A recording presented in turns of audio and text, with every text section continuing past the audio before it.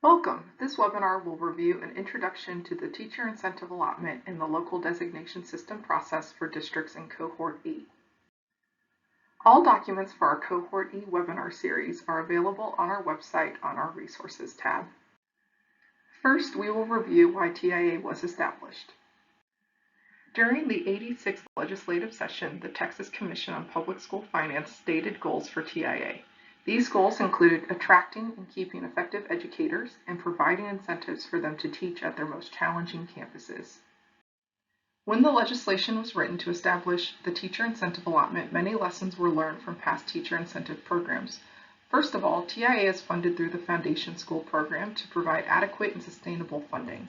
Secondly, teacher designations will require evidence of multiple measures including student growth. This will help to ensure that designations issued across the state are comparable. Third, designations are available to all teachers and encourage professional collaboration. Finally, the Teacher Incentive Allotment is primarily a tool to increase recruitment and retention. Districts who implement a local designation system have seen positive impacts such as increased teacher engagement, increased recognition and retention of effective teachers, and improving recruitment into their districts. Additionally, from the teacher lens, we have seen designations recognize teacher and student success, as well as further engage teachers and encourage them to assist fellow teachers in improving their practice. Now we will review where TIA is currently. In 2020-2021, 127 districts received Teacher Incentive Allotment funding. This included 4,617 designated teachers and amounted to over $43 million in funding. The average amount generated by a recognized teacher was $6,181. The average for an exemplary teacher was $12,576, and the average for a master teacher was $22,537. Currently, 240 districts and partners are in the local designation system process. Districts with application accepted have had a Step 1 system application approved, and districts with full approval have been approved to issue designations. A list of the 240 districts can be found on our website.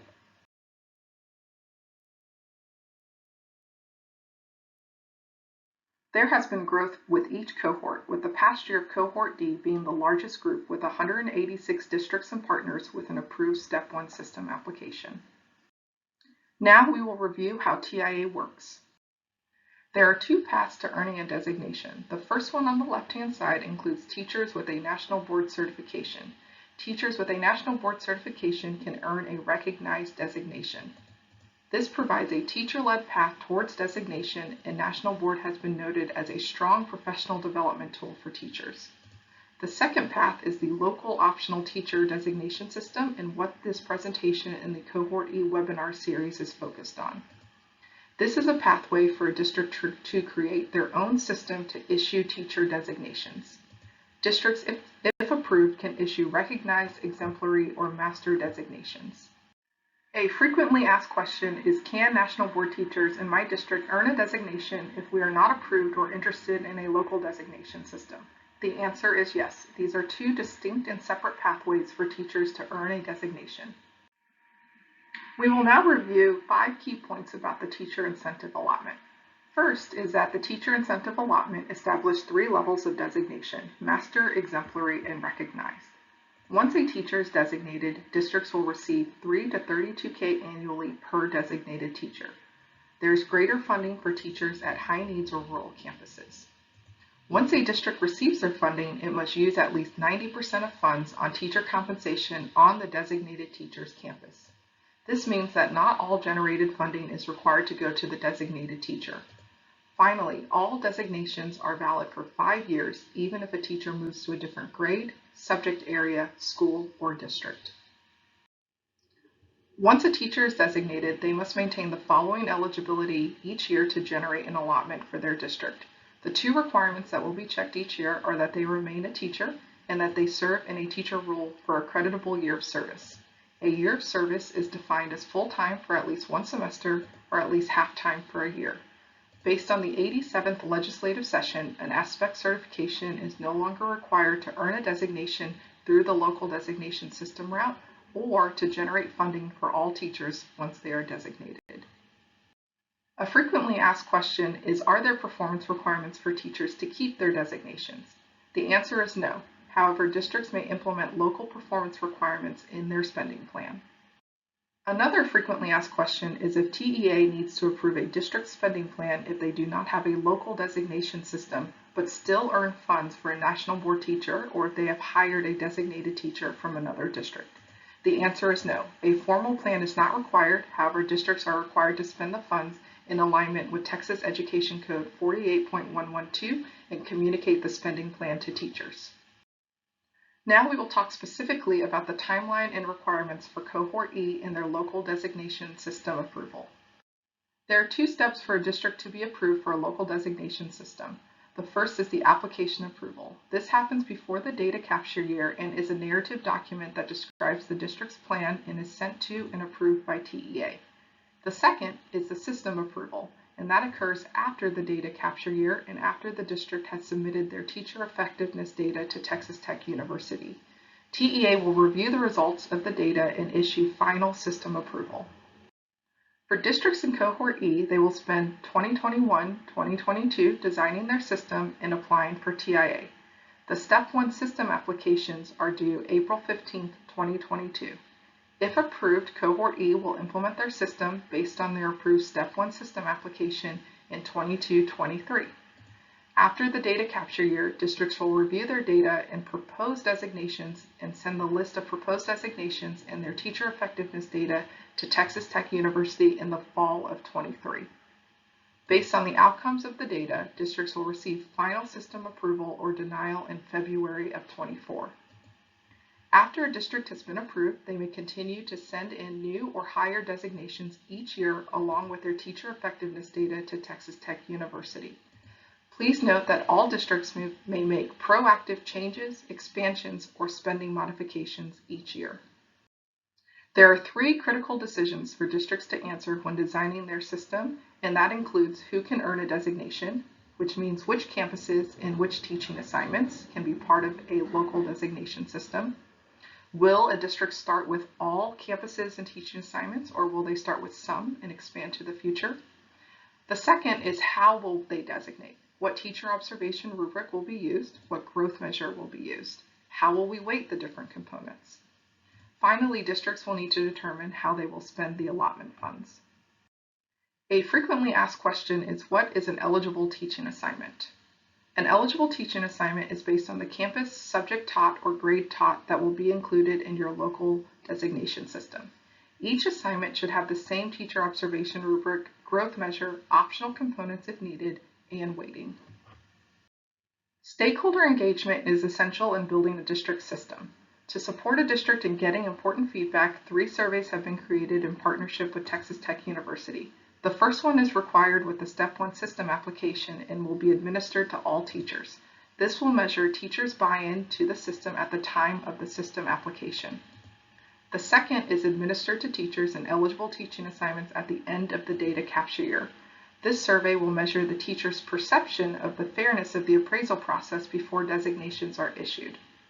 Finally, Survey 3 is required once designations have been issued and will be administered annually to teachers, appraisers, and HR professionals to measure the impact and perception of a district's local designation system. We will now review some common true-false statements. Districts, if approved for Cohort E, will not receive full system approval until 23-24. Districts may choose which eligible teaching assignments are part of their system. Finally, once approved, if the district would like to continue to issue new or higher designations, they will need to submit their teacher effectiveness data to Texas Tech University for designation approval. The key components of a district's designation system include teacher observation, student growth, and spending. A district may choose to use optional components such as teacher leadership, mentorship, or family and student surveys as part of their system if they choose to. It is important to note that ongoing stakeholder engagement with teachers, district staff, and campus administrators is crucial in the development of these key components. The teacher observation component must be based on a strong teacher observation rubric. There are pre-approved rubrics such as T-Test, Danielson, Marzano, and NIET TAP. Districts may also use locally developed rubrics as long as they include a proficiency marker, align to all standards in Chapter 150, and differentiate teacher performance. Please note that all teachers in eligible teaching assignments must have a formal appraisal in the data capture year. The formal appraisal must align to either 21.351 or 21.352. We will now differentiate appraisal and teacher observation. Appraisal is the process in which teacher effectiveness data is collected and must be aligned to 21.351 or 21.352. Appraisals must also include all domains of T-tests. Teacher observation is a component of a local designation system, and data from only domains 2 and 3 of T-tests or the aligned rubric is required to be submitted during the system approval process. We will review the components of the data submission process in later slides. The second component is student growth. All student growth measures must be able to link student growth at the individual student level to the applicable teacher. All growth measures must be valid and reliable measures of each specific teaching assignment and be aligned to the standards of the course. They must also be consistently and securely administered and scored. Finally, all student growth measures must be able to set an expected growth target for each student at the end of the year. There are 4 types of student growth measures: value-added measures, pre- and post-tests, student learning objectives, or SLOs, and portfolios. We will now review some common true-false statements. Districts are not required to use T-tests. Appraisal waivers are not allowed during the data capture year for teachers in eligible teaching assignments. And districts are not required to use STAR as their student growth measure. Portfolios, SLOs, and other pre-test post-tests can be utilized. To illustrate the importance of student growth, on the screen are 2 teachers. Teacher 1 had 67% of their students earn an industry certification, and Teacher 2 had 33% of students earn an industry certification. If looking solely at achievement, it would seem like Teacher 1 is the more effective teacher. However, if we look at teacher effectiveness based on a student growth measure, in this case, students were measured on a skill rubric at the beginning of the year and then set targets for the number of skills they would be proficient in at the end of the year. Overall, Teacher 2 had students with lower skills coming in, and 2/3 met their individualized growth goal. Ultimately, had achievement been used, Teacher 2 may not have been considered as effective. This is why the Teacher Incentive Allotment focuses on student growth. It is to ensure that all teachers have an equal opportunity to earn a designation and to measure deeper levels of effectiveness. Another frequently asked question is, how are districts approaching their first designation system application?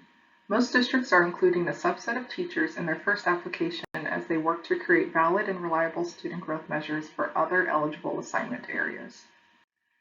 Districts will also need to determine the performance standards or what is required in their district to earn a designation.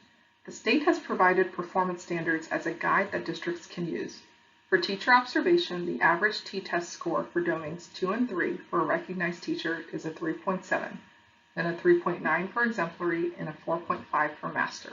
To earn a designation, teachers must meet a minimum of 3 on all dimensions in domains 2 and 3. The averages for T-tests were calculated by looking at the statewide data, and a 3.7 was calculated at the 67th percentile. A 3.9 was calculated at the 80th percentile, and a 4.5 was calculated at the 95th percentile to determine the statewide performance standards. If a district is using a rubric other than T-tests, they should reference the percent of possible points. Teachers measured on another rubric will be required to meet the rubric-specific proficiency marker on all parts of the rubric aligned to domains 2 and 3 of T-tests. The state also calculated statewide performance standards using STAR data in a value-added model. Based on the statewide data, a recognized teacher would have 55% of their students meeting or exceeded their growth target. This was also measured at the 67th percentile. For exemplary, it would be 60% at the 80th percentile, and for master, it would be 70% measured at the 95th percentile. Once again, performance standards are meant to be used as a guide for districts in setting their own requirements for designations. Other true-false statements to review is that it is false that a district is limited to designating 33% of their teachers. The percents were used to calculate performance standards. It is also false that districts must follow the statewide performance standards. They should be used as a guide. We will now review Step 2 of the approval process, which includes submitting evidence of teacher effectiveness to Texas Tech University after the data capture year. We will now review the requirements at the time of the data submission process. This information is important as it may impact how districts are designing their local designation system. In the fall of '23, districts will submit the following to Texas Tech University. The first is a list of proposed designated teachers. Please note that teachers can only be put forth for designation if they are still employed with the district in the fall of '23. The second is the teacher effectiveness data, including teacher observation scores and student growth percentages for all teachers in eligible teaching assignments. This includes data for teachers both designated and not designated if they were in an eligible teaching assignment in '22-23. The validation process includes 11 checks. The first one is a correlation check between teacher observation and student growth scores for all teachers in eligible teaching assignments. Checks 2 through 4 compare a district's designation with a statewide value-added measure designation. This check will only include teachers that districts propose for designations. Checks 5 through 8 look for the effect of the campus or teacher category on designations. These checks look to see if certain campuses or teaching assignments are more likely to get designated than others. Checks 9 and 10 look to see if a district's designated teachers have comparable scores to the statewide performance standards. Finally, check 11 looks to see if the proportion of teachers at each designation level is similar to other campuses in the same Domain 2A category. This concludes this overview webinar for Cohort E. If you have any other questions, please email tia@tea.texas.gov.